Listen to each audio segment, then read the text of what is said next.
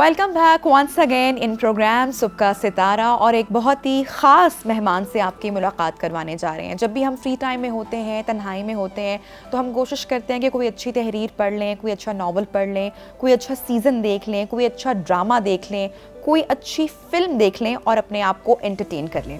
फिर जो चेहरे हमें पर्दे पर दिखाई देते हैं, सुपरस्टार्स होते हैं, उनके एक्टिंग स्किल्स हम देखते हैं, उनको पहचानते हैं, उनको जानते हैं, लेकिन वो जो डायलॉग्स बोल रहे होते हैं, वो जो कहानी होती है, वो किसने लिखी होती है, उन चेहरों को, उन नामों को हम में से बहुत कम लोग जानते हैं और क्रेडिट देते हैं। आज एक ऐसे ही मेहमान से मैं आपका तारुफ करवाने वाली हूँ। थैंक्स टू सोशल मीडिया कि अब जो हमारे राइटर्स हैं वो भी अब सामने आ रहे हैं और उनकी भी जो जर्नी है हमें उसके बारे में बहुत कुछ जानने को, सीखने को मिल रहा है।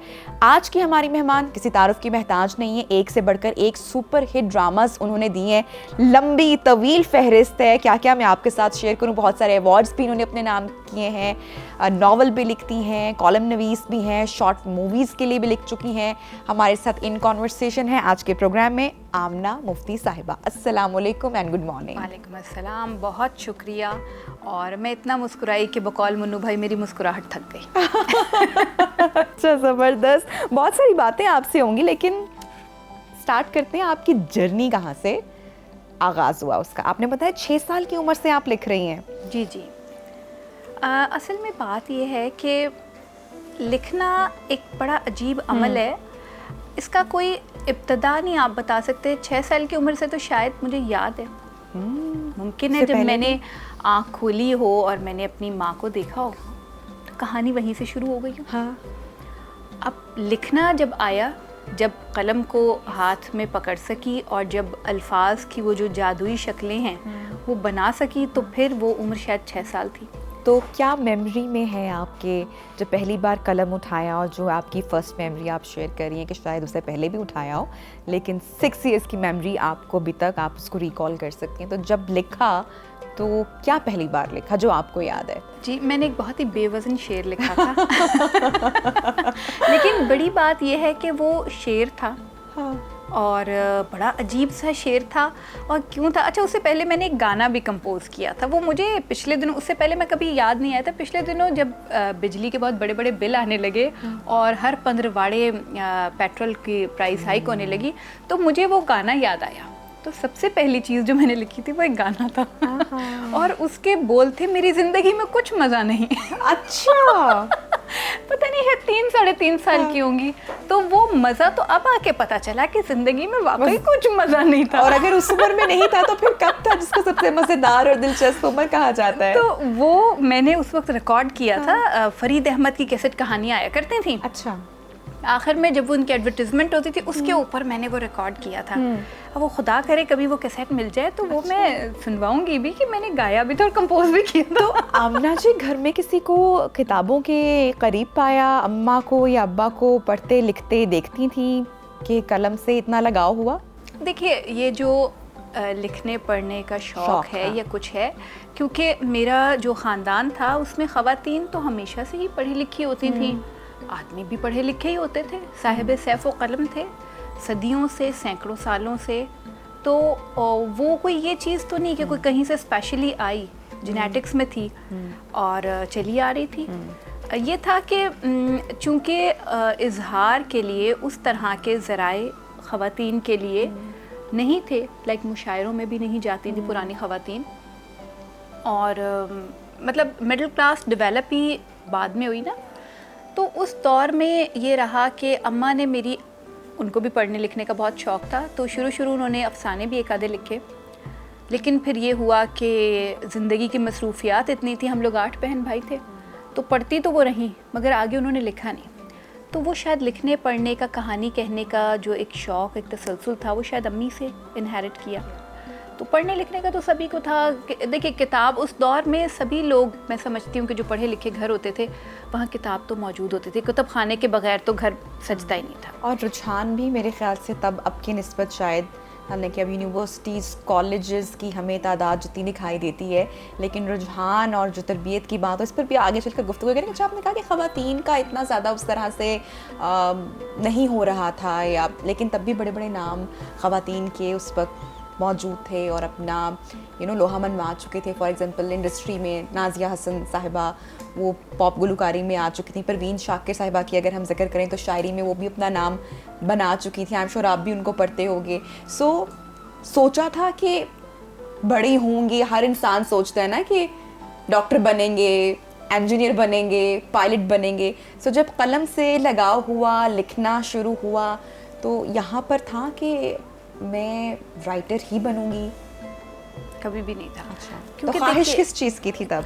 ख्वाहिशें ना बड़ी अजीब होती हैं उस वक्त। मेरी ख्वाहिश तो थी कि मुझे एक थंबलीना मिल जाए इतनी सी और मैं उसको पालूं और मैं लोगों को दिखाऊं कि मेरे पास थंबलीना है। अब ये जो ख्वाहिश थी, इनफैक्ट दिस इज क्रिएटिविटी।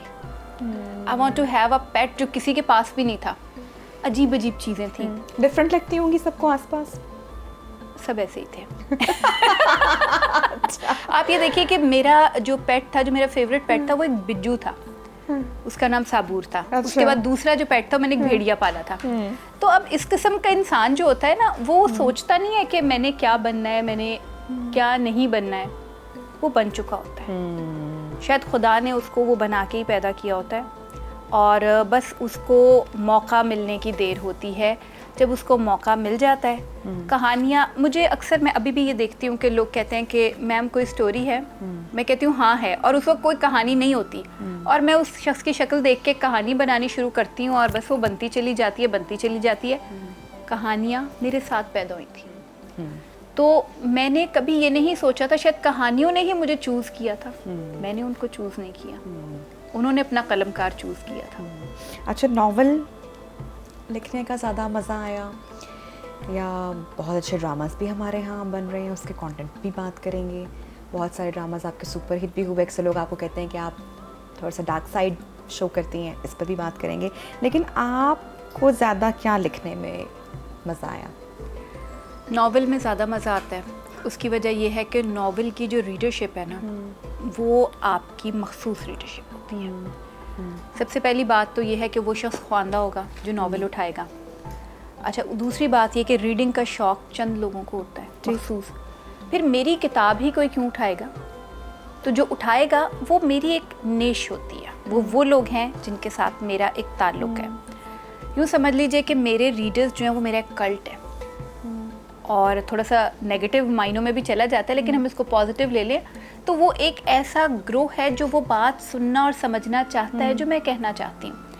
तो जब मैं बात करती हूँ, मैं उनसे बात नहीं कर रही होती। मैं तो आपको, जैसे मैंने शुरू में अर्ज़ किया कि कहानियों ने मुझे मुंतखब कर लिया। तो हर कहानी का एक कारी होता है, उस कारी के लिए मैंने वो बात कहनी है। वो जब कारी पैदा हुआ था तो वो उस कहानी का कारी था।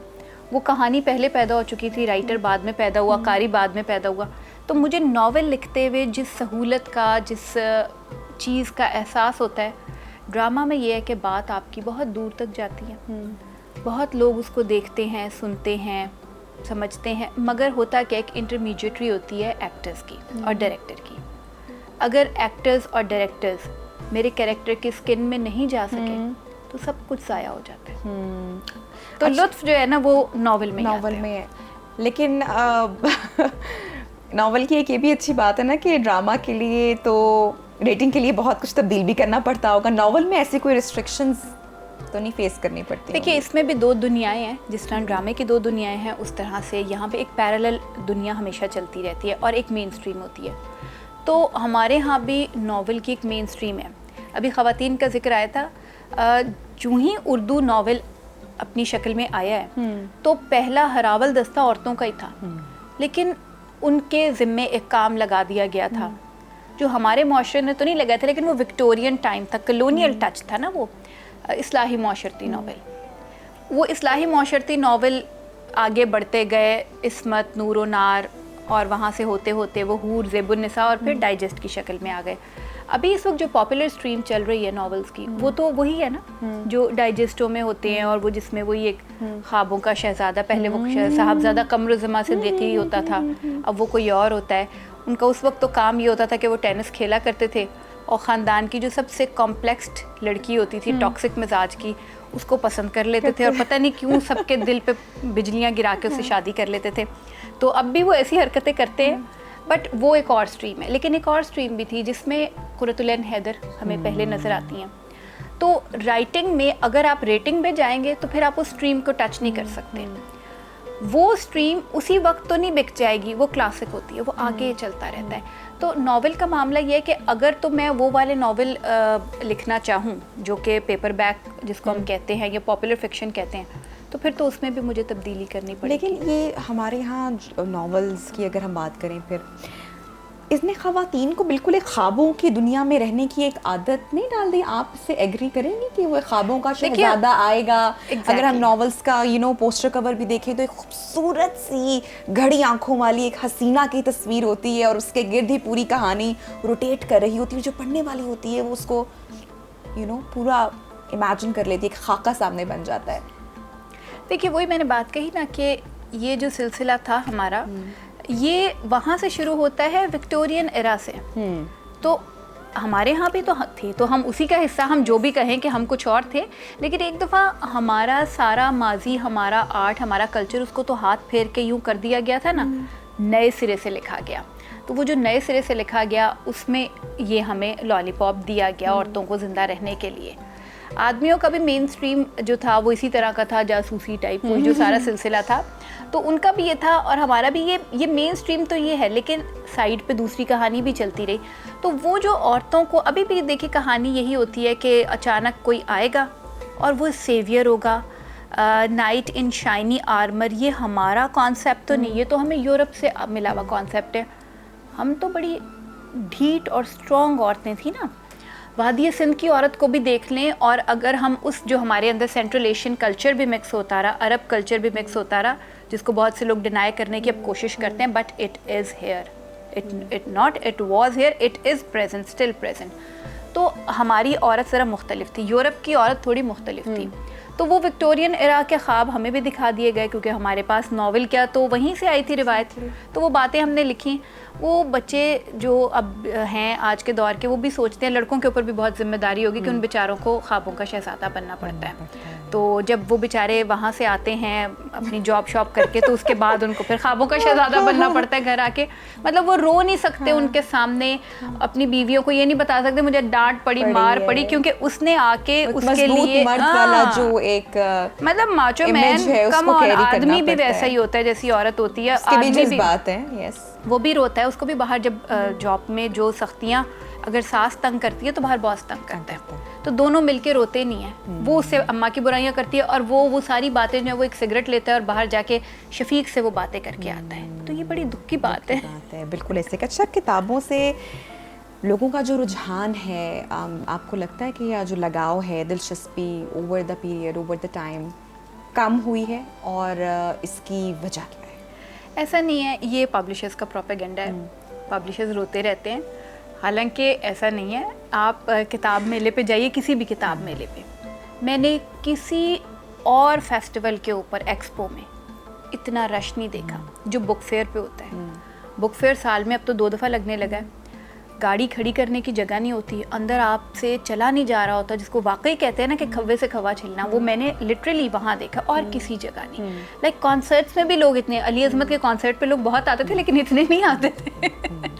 तो ये हमारे यहाँ ऐसा नहीं है कि लोग लगाओ, दिलचस्पी कम हो रही है। लोग पढ़ते हैं, बहुत सारे मामलात हैं जो बहुत डिटेल तक उनको देखने की ज़रूरत है। लेकिन अब जैसे कि बहुत सारे मीडियम हमारे पास आ गए हैं, लोगों की एंटरटेनमेंट के जो ज़राए हैं वो बहुत तब्दील हो गए हैं, वक्त की कमी हो गई है, सोशल मीडिया का दौर है, नेटफ्लिक्स, प्राइम वीडियो, न जाने कौन कौन से मीडियम्स आ चुके हैं, फ़ोन हर एक के हाथ में।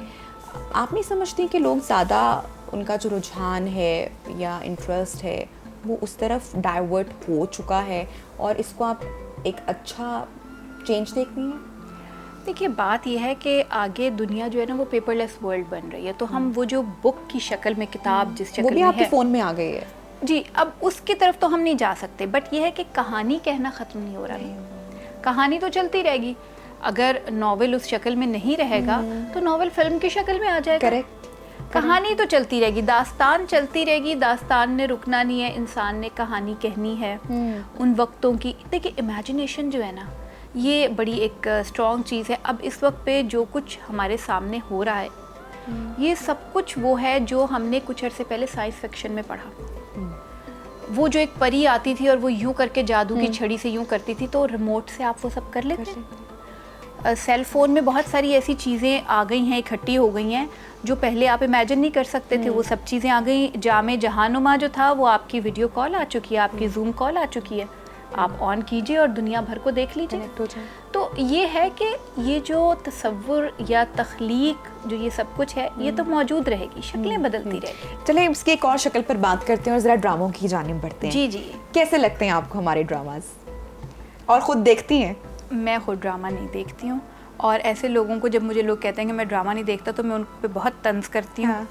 तो लेकिन मैं खुद ड्रामा नहीं देख सकती। उसकी वजह ये है कि बहुत प्रिडिक्टेबल कहानियाँ होती हैं। जज कर पाती हैं, देख लेती हैं कि भाई शक्ल देख के ही पता चल जाता है, ना बनाने वाले को कोई एक्साइटमेंट है, ना लिखने वाले को कोई एक्साइटमेंट है, ना एक्ट करने वाले को, तो मुझे क्यों कोई एक्साइटमेंट होगी? ओहो, यही से बात को कंटिन्यू करेंगे कि ये एक्साइटमेंट क्यों कम हो गई है, इसकी रीज़न क्या है? क्योंकि जो लोगों की एक्साइटमेंट है टुवर्ड्स ड्रामा वो तो बढ़ती चली जा रही है, बिल्कुल कम नहीं हो रही है। ब्रेक लेते हैं, एक छोटी सी ब्रेक, और ब्रेक के बाद गुफ्तगू को आगे बढ़ाएंगे। स्टे विद अस।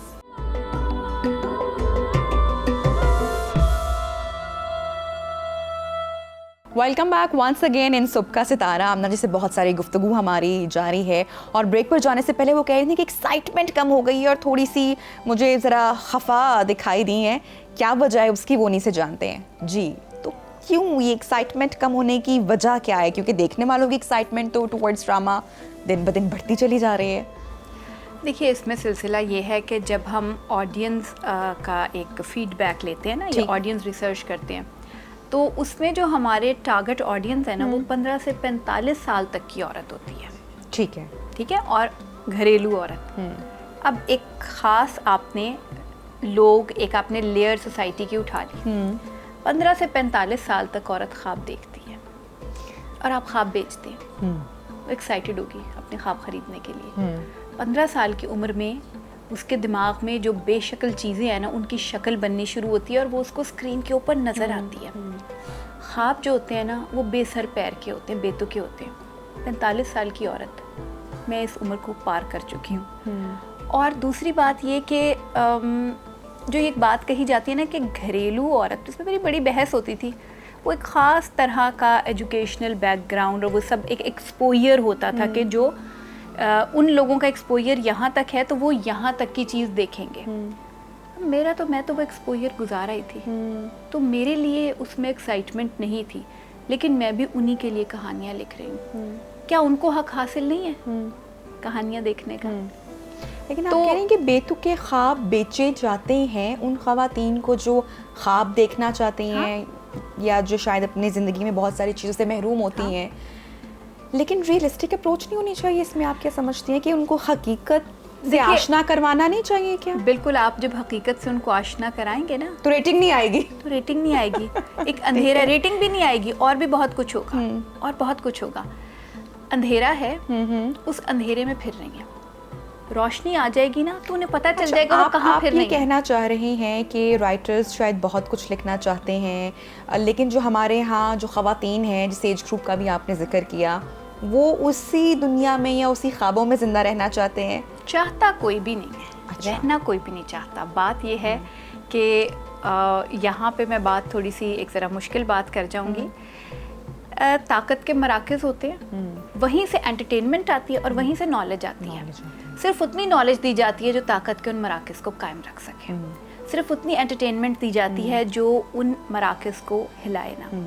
तो जब आपने एक बात, ये तो एक दुनिया का बहुत बड़ा स्टेटस को है। आप कैसे एक राइटर दो अल्फाज के साथ कैसे आके टकरा सकते हैं? लेकिन टकराते हैं। तो कभी आपका क्लैश हुआ जिन ताकत के मराकज़ का जिक्र आप कर रही हैं? बहुत सारी, एक आपकी कहानी है, आपने तख़य्युलात की दुनिया में जाके कैरेक्टर्स कुछ बनाए, उनको लिखा, एक कहानी बनाई, और जब ये ताकत के मराकज़, हम उनका नाम नहीं लेंगे, तो वहाँ से किस किस्म का प्रेशर आता है कि किस तरह की सेंसेशन जो है वो ऐड की जाए? ऐसा नहीं है, ये कोई एक फ़र्द नहीं है। मैंने उतना ही लिखा जितना किसी भी कमर्शियल राइटर ने लिखा, शायद उससे ज़्यादा ही लिखा। जितनी गुंजाइश होती है, मैंने उससे शायद ज़्यादा ही लिखा हो जितना किसी कमर्शियल राइटर ने लिखा है। और किसी कमर्शियल राइटर को उतना ये पे भी नहीं करते जितना मुझे करते हैं। इसका ये मतलब है कि सच वो भी चाहते हैं कि लिखा जाए, ऐसा नहीं है। ये चीज़ें बन रही हैं, मैं यहाँ मौजूद हूँ तो इसका मतलब ये है कि कोई ऐसा नहीं है कि बिल्कुल ब्लैकआउट है। ठीक है।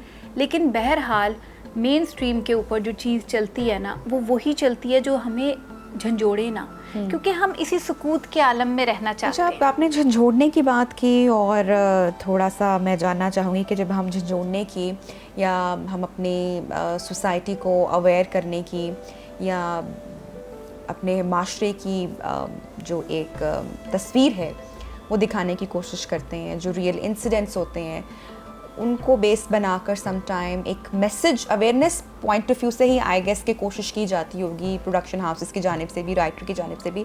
रिसेंटली एक ड्रामा बैन हुआ, उसकी बड़ी फेमस कास्ट रही, कहानी भी बड़ी स्ट्रॉन्ग रही, बहुत पॉपुलर भी हुआ इनिशियली, लेकिन आई गेस 9 या 10 से ऊपर एपिसोड्स रिलीज़ नहीं हो पाई, ऑन एयर नहीं हो पाई, उसके बाद उसको बैन कर दिया जाता है। आपको ये कैसा लगा फैसला? आपका इस पे व्यू पॉइंट क्या है? क्या इस तरह के ड्रामे एक मैसेज या अवेयरनेस नहीं पहुंचा रहे, उन ख़वातीन को एम्पावर नहीं करवा सकते कि अपने लिए बात करो, इन ड्रामास के थ्रू ऐसा पैगाम नहीं जा रहा, फिर उनको बैन कर दिया जाता है? देखिए, इसमें 2-3 चीज़ें होती हैं। पहली बात तो ये है कि एक वो लोग हैं जो बहुत मेहनत से वो बात कह रहे हैं जो रोशनी फैलाए। ठीक है। एक वो लोग हैं जो उन लोगों में घुस आए हैं जो असल में वो लोग नहीं हैं। वो क्या करते हैं, वो उस रोशनी के बजाय ना वो कुछ और करते हैं। वो उस रोशनी के नाम पे अपना धंधा चमकाते हैं। मैं इस पे बहुत ज़्यादा डिटेल में तो रोशनी मैं भी नहीं डाल पाऊँगी, क्योंकि मैं भी इसी सारे इकोसिस्टम में बैठी हूँ। लेकिन एक बात मैं ज़रूर कहूँगी कि हर हादसे, हर वाक़े, हर चीज़ का जो बयान होता है उसमें एक चीज़ होती है जिसमें आप कहते हैं हसासियत। आप एक बात का जिक्र करते हैं तो आप उसको तरीक़े से करते हैं, लेकिन अगर आप सनसनी फैलाना चाहते हैं तो आप उस बात को इनसेंसिटिव तरीके से करते हैं, आप उसको इस तरीके से करते हैं। मैं एक मिसाल के तौर पे कहती हूँ कि फ़िल्मों में एक रेप हुआ करता था, तो वो रेप क्या होता था, क्या वो फिल्मी रेप जो था उसने रेप की राह रोकी? उसने मज़ीद जहन में उसको एक लुत्फ़ की कैफियत बना के पेश कर दिया। ऐसा नहीं होना चाहिए। उस चीज़ को जो असल मकसद है वो मकसद फौत हो जाता है। बहुत सारी ट्रीटमेंट, लेकिन असल मकसद तो ये है ना, उसके 2 मकासद निकलते हैं। एक तो ये है कि जो विक्टिम है, जो मजलूम है, उसको एक तो मजलूम बना के ना पेश किया जाए। That should be, she should be enough strong कि उसको पता हो कि मुझे इसको कैसे फ़ाइट करना है, मुझे दुनिया वालों को कैसे इसका जवाब देना है। मैं अब मजलूम या मस्कीन बन के या विक्टिम बन के 4 दीवारी में नहीं रहूँगी। एक ये साइड है। अदर साइड ये है कि जो उस वाक़े में मुलव्विस लोग हैं उनको कितनी सख्त सज़ा हो रही है या हो सकती है, या ऐसे लोगों का अंजाम क्या होता है, वो बुराई होता है। सो ये एक दो पॉजिटिव साइड्स हैं। वो बातें अपनी जगह बजाएं, लेकिन स्पेशल केस की हम बात कर रहे हैं। स्पेशल केस में ये होता है, एक तो पहली बात ये कि विक्टिम को इखलाकी तौर पर ये हक हासिल है कि वो अपनी शनाख्त दिखाना चाह रहा है कि नहीं, वो उस वाक़े पे बात करना चाह रहा है या नहीं, ये उसकी एक कतन ज़ाती फ़ैसला है। जिस तरफ आपका इशारा है वहाँ विक्टिम नहीं चाहता कि उसके बारे में कोई बात हो, उसकी रजामंदी के बगैर ये काम नहीं हो सकता था। पहली बात तो ये इखलाकियात की ये बात आ जाती है। दूसरी बात ये आ जाती है कि जैसे अभी मैं अर्ज़ कर रही थी कि आप रेप को ग्लैमराइज करके दिखाते हैं, आप सेंसेशनलाइज करके दिखाते हैं, आप ये दिखाते हैं कि जो जुर्म कर रहा है वो बहुत उससे मज़ा ले रहा है, और ये सब चीज़ें जब स्क्रीन पे आएंगी तो ऐसा नहीं है कि ये उसकी मदद करेंगी। ये सिर्फ वो लोग जो इस तरह के जहनी मरीज़ हैं वो इन टुकड़ों को देख के लुत्फ़ हासिल करेंगे और उनका मर्ज बढ़ जाएगा। तो ट्रीटमेंट जो है ऐसी चीज़ों का, उसको बहुत एहतियात से करने की ज़रूरत है। आपको लगता है, चलिए हम इस इशू से हटकर बात करते हैं। फॉर एग्जांपल एसिड विक्टिम हो गए, तेज़ाब गर्दी के वाक़यात हो गए, पास में इन पर प्रोजेक्ट्स हुए भी हैं, बने भी हैं, उस तरह से पॉपुलर नहीं हो पाए अनफॉर्चुनेटली। तो आपको लगता है कि जब भी कोई राइटर जो है रियलिस्टिक अप्रोच के साथ कोई भी कहानी तहरीर करता है तो वो आपको लगता है कि उतनी पॉपुलर होती है, या हम आज भी सास बहू की लड़ाई ही देखना चाहते हैं, ख़वातीन को जो ईवल करके मोस्ट ऑफ द ड्रामाज में दिखाया जा रहा है आज भी, तो हमारी पब्लिक डिमांड यही है और इसी पर ज़्यादा काम हो रहा है। देखिए, मैंने जो कुछ लिखा भी, आपने जिक्र किया एसिड विक्टिम्स का या और लोगों का, मेरी तकरीबन सारी ही कहानियाँ जो थी वो इश्यूज़ के ऊपर थी। मैंने सास बहू पे भी लिखा, जहेज़, फिर भी हाँ, जहेज़ लिखा मैंने, हक मेहर लिखा मैंने, और रुखसती, ये उन्हीं चीज़ों के ऊपर थे जो मैसेज जी। दिल मोहल्ले की हवेली, वो भी इसी के ऊपर थी। बात यह है कि आखिरी स्टेशन में मैंने 7 कहानियाँ ऐसी टच की जिसमें फोर्स प्रोस्टिट्यूशन भी थी, जिसमें HIV पॉजिटिव जो औरतें होती हैं उनकी तरफ लोगों का जो रवैया है वो भी थी, जिसमें मैंने एसिड विक्टिम का भी जिक्र किया, जिसमें मैंने डोमेस्टिक अब्यूज़ का भी जिक्र किया, जिसमें मैंने इस बात का भी जिक्र किया कि औरतों की मजदूरी कम क्यों होती है। मुझे मकबूलियत नहीं चाहिए थी, मुझे सिर्फ ये कहानियाँ सुनानी थी। ये कहानियाँ मैंने सुनाई, लोगों ने देखी, समझी, उन पे बात की। ये सिर्फ 7 एपिसोड में ये बात हो गई। और उसमें मैंने डिप्रेशन पे भी बात की थी कि डिप्रेशन इज़ रियल, उसको समझें। अच्छा, अब उसके बाद उस पर बात होने लगी। आप आखिरी स्टेशन को उठा के देखिए, उसमें ये बातें मैंने बहुत दबे दबे अंदाज में की। इवन जो फोर्स प्रोस्टिट्यूशन थी, मैंने उसमें ना वो शख्स दिखाया ना वो औरत दिखाई, सिर्फ ये दिखाया कि एक रोशनी, सुर्ख एक नियॉन साइन की लाइट पड़ने लगती है, रेड लाइट। आप राइटर हैं, आप उस्ताद हैं, किस बात के माहिर हैं? अलामती तौर पे 1000 अंदाज में बात की जा सकती है, स्ट्रेट फॉरवर्ड भी कीजिए, लेकिन ज़ाब्ता इखलाक को हाथ में रखिए। और अभी हमारी सोसाइटी बहुत इनिशियल स्टेजेस पे है, आप वो बात ना करें ना कि हमारा एब्जॉर्ब ना कर पाए और हमारी आवाज़ भी घोंट दी जाए। अच्छा, मुझे बताइएगा कि जब कहानी आपकी मुकम्मल हो जाती है और डायरेक्टर या प्रोड्यूसर के पास जाती है, तो आपकी तरफ से सजेशन जाती है कि इस किरदार में यही एक्टर या एक्ट्रेस जो हैं वो जस्टिस कर पाएंगे? कभी इस मामले पर क्लैश हुआ या बहस हुई? आपकी निगाह कुछ और होगी, डायरेक्टर की निगाह कुछ और होगी, प्रोडक्शन हाउसेस जो हैं वो उनकी डिमांड कुछ और होगी? मैं बहस नहीं करती। अलबत्ता ये होता है कि कहानियाँ जो मेरी होती हैं उनमें अल्लाह का शुक्र है कि एक्टर्स की ख़ुद ख्वाहिश होती है कि ये उनको मिले। हाँ, ये है कि कुछ ऐसे, हाँ भाई ऑन एयर ही कहूँगी, कुछ ऐसे निकम्मे हैं जो नहीं करना चाहते, क्योंकि मेरे कैरेक्टर्स में काम बहुत होता है। लाइक गुग्गी में अमर खान को उपले भी थापने पड़े, उसको वो उठा के घोड़े पे बिठा के लेके भाग भी गया, उसको गिरना भी पड़ा, उसको उसने घसीटा भी गन्ने के खेतों में, फेंका भी जगह जगह ले जाके बेचारी को ना। यानी कि सारे मुश्किल काम आप एक एक्टर और एक्ट्रेस से ले देती हैं। और अदनान भाई बेचारे के साथ तो आखिर में ये सितम भी हुआ था, अदनान सिद्दीकी के साथ, कि उनको कबड्डी लड़ने के लिए लंगोट भी बांधना पड़ा था ना। तो मतलब बहुत काम होता है, फिजिकल काम भी होता है, आपको उस कैरेक्टर की सारा दुख तकलीफ भी बर्दाश्त करनी पड़ती है। तो ये ज़रूर अब होना शुरू हो गया है कि कुछ निकम्मे लोग उसको पढ़ के कहते हैं ये क्या स्क्रिप्ट है। अच्छा, वो स्किप करवाने की भी डिमांड आती है, अपने सीन बढ़वाने की और कहानी को आसान कराने की। अच्छा।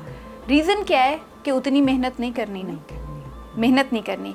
मेरा स्क्रिप्ट जो है ना, वो एक ऐसा कैरेक्टर होता है जो एक जिन होता है, और वो जिन जब आ जाता है आप पे तो आपको घसीटे फिरता है।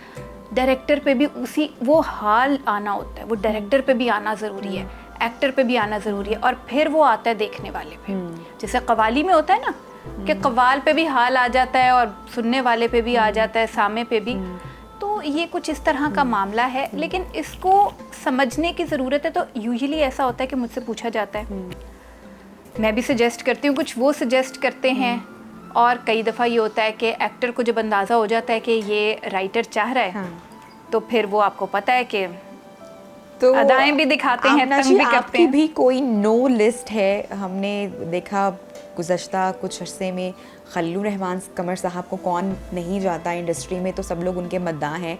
लेकिन अगेन सोशल मीडिया का जब से दौर आया है, तो जो बैक स्ट्रीम ऑब्वियसली बहुत एक I think it's a team work जो काम कर रहे होते हैं, वो भी अब they are coming on front foot, उनके इंटरव्यूज़ हो रहे हैं। तो खलीलुर रहमान कमर साहब के भी बड़े मद्दाह हैं, उनकी राइटिंग के, उनके ड्रामास के, लेकिन वो समटाइम बड़ी बोल्ड बात भी कह जाते हैं, बड़ी वायरल भी हो जाती है। तो उनकी तो एक नो लिस्ट अक्सर हमें सोशल मीडिया पर देखने को मिलती है कि ये एक्टर के साथ मैं काम नहीं करूँगा या फलानी एक्ट्रेस। आपकी भी कोई ऐसी नो लिस्ट है, और उसमें कौन है? नहीं जी, मैं बहुत मुरव्वत का और वज़ादार आदमी हूँ। सब मेहनत कर रहे हैं, हम एक ही इकोसिस्टम का हिस्सा हैं। करेक्ट। मैं किसी को नो नहीं कहती, कोई जूनियर भी होगा ना, पहली दफ़ा भी काम कर रहा होगा ना, मोहब्बत से मेरा स्क्रिप्ट उठा के कहेगा। मैंने बहुत सारे नए लोगों को कह के लिया, जैसे हिरा मानी प्रीत न करियो कोई में लीड रोल था।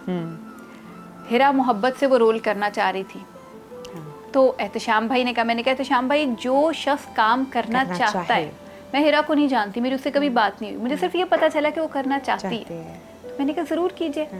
अमर खान गुगी में पहली दफ़ा वो इतनी मोहब्बत से शौक से उसने वो स्क्रिप्ट लिया। तो देखिए काम करना, और एक दफ़ा तो नहीं बन रहा ना स्क्रिप्ट, आज नहीं सही कोई काम करा तो कल सही कर लेगा। स्क्रिप्ट तो हमने लिख दिया, दोबारा भी बनेगा, दोबारा भी बनेगा, हमारे लाइफ टाइम में भी बनेगा, हो सकता है हमसे बाद भी बने। तो जो काम करना चाह रहे हैं उन्हें करने दीजिए। ये जो यस नो ये सब ये उनके अपने, ठीक है, उनकी अपनी ज़िंदगी है, अपनी सोच है, अपने मसाइल हैं। मेरे पास किसी डायरेक्टर के लिए, किसी राइटर के लिए, किसी एक्टर के लिए नो नहीं है, not even for any channel, किसी भी चैनल के लिए। लाइक मैंने पाकिस्तान में भी लिखा, मैंने पाकिस्तान से बाहर भी लिखा, नो नहीं, क्योंकि लिखने पढ़ने की कोई सरहद नहीं है। तो आमना, तो यू बीइंग अ राइटर, आपके भी I am sure favourite actor और एक्ट्रेसेस तो होंगे, सो अब इसमें तो मैं नाम सुनना चाहूँगी। आपको कौन लगता है कि कौन बहुत जस्टिस करता है अपने किरदार के साथ, बहुत मेहनत करता है, बड़ा मज़ा आता है कि जो कहानी लिखी है खूब भाई क्या किरदार निभाया? That's a disappointing answer. कोई भी नहीं है, कोई तो एक होगा किसी का काम तो पसंद होगा। नहीं, काम तो अच्छा कर रहे हैं एक्टर्स, मतलब सब मेहनत कर रहे हैं। हाँ, चौंकाया नहीं किसी ने अभी तक। आपको किसी ने नहीं चौंकाया? मैं हैरान हूँ। आपको चौंकाने के लिए क्या करना पड़ेगा? पता नहीं क्या करना होगा। आज तक कोई शख्स ऐसा, कोई एक नाम, कोई वन एक फाइन एक्टर, कोई भी नहीं पूरी दुनिया में। बहुत गौर करती हूँ, बहुत सोचती हूँ, बहुत देखती हूँ। अच्छा, पाकिस्तान की इंडस्ट्री से बाहर पूरी दुनिया में भी कोई नहीं लगता? कोई, किसी ने मुझे कभी सब एक्ट कर रहे होते, कोई बिहेव नहीं करता। आई वॉन्ट टू सी कि आप उस कैरेक्टर के साथ बिहेव करें ना, वो आपका बिहेवियर बन जाए। सब लोग एक्ट करते हैं, बॉलीवुड, हॉलीवुड में तो बहुत ही एक्ट करते हैं, इतने आर्टिफिशियल, बहुत ही आर्टिफिशियल। वो तो प्लास्टिक के लोग लगते हैं मुझे, इंसान नहीं लगते। इंसान वो होता है जो कभी आपने बहरूपिया देखे सड़कों पे, वो बिहेव कर रहा होता है, बहरूपिया होता है। तो ये एक्टर्स हैं, ये बहरूपिया नहीं है। मुझे किसी ने कभी मुतासिर। अच्छा, कुछ नाम अगर मैं लूँ, इजाज़त अगर आपकी हो, जो कि हमारे बड़े जाने माने भाई, उनसे बड़ा कोई स्टार नहीं है, लेकिन क्या वजह है कि आपने तो भाई सबको ही ज़ीरो कर दिया? लॉलीवुड किया, हमारे ड्रामा एक्टर्स किया, बॉलीवुड भी ज़ीरो हो गया, हॉलीवुड से भी कोई नहीं। पाकिस्तान में नुमान इजाज, सबा कमर, नोमान भाई बहुत अच्छी एक्टिंग करते खान हैं, फवाद भी, ये सब देखिए, ये सब लोग मेरे, मतलब अब तो इतने अरसे से हम साथ हैं कि घर वालों ने तो निकाल ही दिए घरों से, तो ये तो एक ख़ानदान की तरह है। ख़ानदान वालों के बारे में आप क्या कह सकते हैं? कुछ भी नहीं कहते ना, तो आपकी बिरादरी होती है, आप कहते हैं सब बहुत अच्छे हैं, सब बहुत अच्छे हैं। मैं भी शायद किसी को नहीं चौंका सकी, शायद मेरे लिखे में भी वो चीज़ नहीं आ सकी। उल्लू बराए फ़रोख्त नहीं में जो मैंने लिखा था उसके 99% करीब नोमान भाई थे, सुहेल अहमद साहब थे उसके करीब, इरसा कमाल करीब चली गई थी, लेकिन कहीं ना कहीं एक आँच की शायद मेरी राइटिंग में भी कसर होती है, वो वहाँ तक नहीं गई कि आप हैरान हो जाए। चलिए, खूबसूरत कौन है? चलिए, अब ये तो आसान है। खूबसूरती तो हमारे यहाँ लूट से लगी हुई है, कौन खूबसूरत नहीं है माशाल्लाह। माशाल्लाह। सबसे हसीन कौन सी अदाकारा लगती है आपको? और एक्टर भी? सभी बहुत प्यारी हैं, यमुना बहुत प्यारी है, वो तो बिल्कुल छोटी बहनों बच्चियों की तरह लगती है मुझे, और मेरे कैरेक्टर उसने बहुत मोहब्बत से किए हैं। सबा ने बहुत मेहनत से, बहुत अच्छे तरीके से किए सारी। ये देखिए, ये लोग अपनी तरफ से कोई छोड़ते नहीं कसर। एहसन ने मेरा कैरेक्टर किया शम्स, हालांकि एहसन इतना प्यारा लड़का था, लेकिन उसमें शम्स बनने के लिए वो लंगड़ा भी बना, बदतमीज़ भी बना, गुंडा भी बना। तो मेरे अदनान भाई इतने डिसेंट ज़बरदस्त किस्म के इंसान हैं, लेकिन मैंने जब उनको कहा कि आपको रशीद बनना है, गुंडा बनना है, तो वो एक गुंडा और रशीद भी बन के खड़े हो गए। मेरे कहे पे इन लोगों ने हर हरकत की, सब कुछ किया। ये बहुत प्यारे लोग हैं, अंदर बाहर से खूबसूरत लोग हैं, बहुत खूब। और हम सब काम कर रहे हैं, बड़ी बात ये कि हम मौजूद हैं।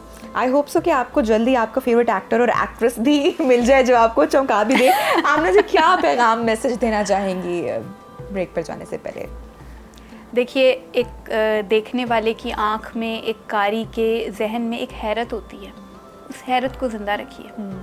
वहाँ ना आ जाएं जहाँ मैं आ गई हूँ कि आपको कोई चौंका ना सके। तो अपनी हैरत को ज़िंदा रखिए, आपकी हैरत ज़िंदा है तो हम भी ज़िंदा हैं। थैंक यू सो मच आमना मुफ्ती हमारे साथ इन कॉन्वर्सेशन थी प्रोग्राम में। नाज़रीन लेंगे एक छोटी सी ब्रेक और ब्रेक के बाद आपको ज्वाइन करेंगे। Stay with us.